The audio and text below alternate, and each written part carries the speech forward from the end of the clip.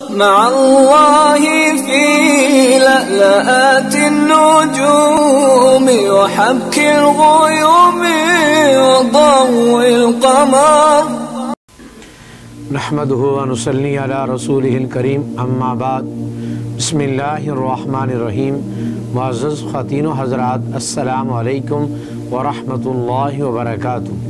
میں آپ کی خدمت میں حاضر ہوں پروگرام سنہری باتوں کے ساتھ، اور آج کی مجلس میں آپ کے سامنے اس بات کو بیان کیا جائے گا کہ پیارے نبی محمد الرسول اللہ صلی اللہ علیہ وسلم کی قبر مبارک کہاں بنی اور کیسی بنی اور کس نے بنائی۔ نبی کریم صلی اللہ علیہ وسلم کا جب انتقال ہو گیا تو آپ کے انتقال کے بعد صحابہ کرام رضوان اللہ تعالی اجمعین میں پہلی بات تو یہ زیر بحث آئی کہ آپ کی قبر مبارک کہاں تیار کی جائے۔ تو اس کے لیے سیدنا صدیق اکبر رضی اللہ تعالیٰ نے عرض کیا کہ میں نے نبی کریم صلی اللہ علیہ وسلم کو فرماتے ہوئے سنا ہے کہ پیغمبر جہاں فوت ہوتے ہیں اسی جگہ پر ان کی قبر بنائی جاتی ہے۔ اور یہ روایت بیان کی ہے ترمذی اور ابن ماجہ دونوں کتابوں کے اندر کہ نبی کریم صلی اللہ علیہ وسلم کی چارپائی مبارک کو ایک طرف کر کے اسی جگہ پر جو ماں عائشہ رضی اللہ تعالی عنہا کا حجرہ تھا اس پر نبی کریم صلی اللہ علیہ وسلم کی قبر مبارک کے لیے جگہ تجویز ہوئی۔ اس کے بعد اگلا سوال یہ کھڑا ہوا کہ آپ سرکار کی قبر مبارک کیسی بنائی جائے۔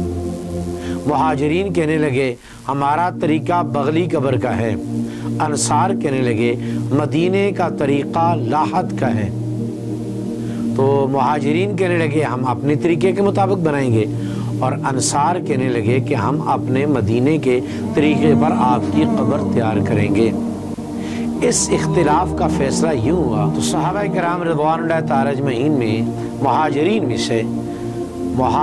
میں سے ابو عبیدہ رضی اللہ تعالیٰ عنہ بغلی قبر بنانے کے ماہر تھے، اور انصار میں سے حضرت ابو طلحہ رضی اللہ تعالیٰ عنہ لاحد کے بنانے کے ماہر سمجھے جاتے تھے۔ فیصلہ یہ ہوا کہ دونوں حضرات کی طرف آدمی کو بھیجا جائے، ان میں سے جو پہلے آ جائے گا اس طریقے کے مطابق آپ سرکار کی قبر تیار کر دی جائے گی۔ اللہ کی شان کہ ان دونوں حضرات میں سے ابو طلحہ رضی اللہ تعالیٰ عنہ پہلے تشریف لائے اور انہوں نے آپ سرکار کے لیے لاحد تیار فرمائی، اور اس کے بعد نبی کریم صلی اللہ علیہ وسلم کی قبر مبارک کو اوپر سے کوہان کی طرح بنا دیا گیا۔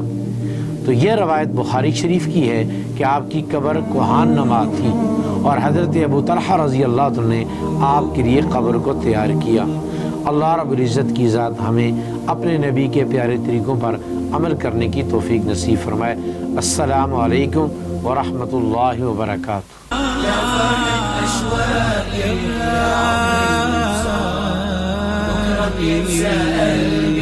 كل أيام الصلاة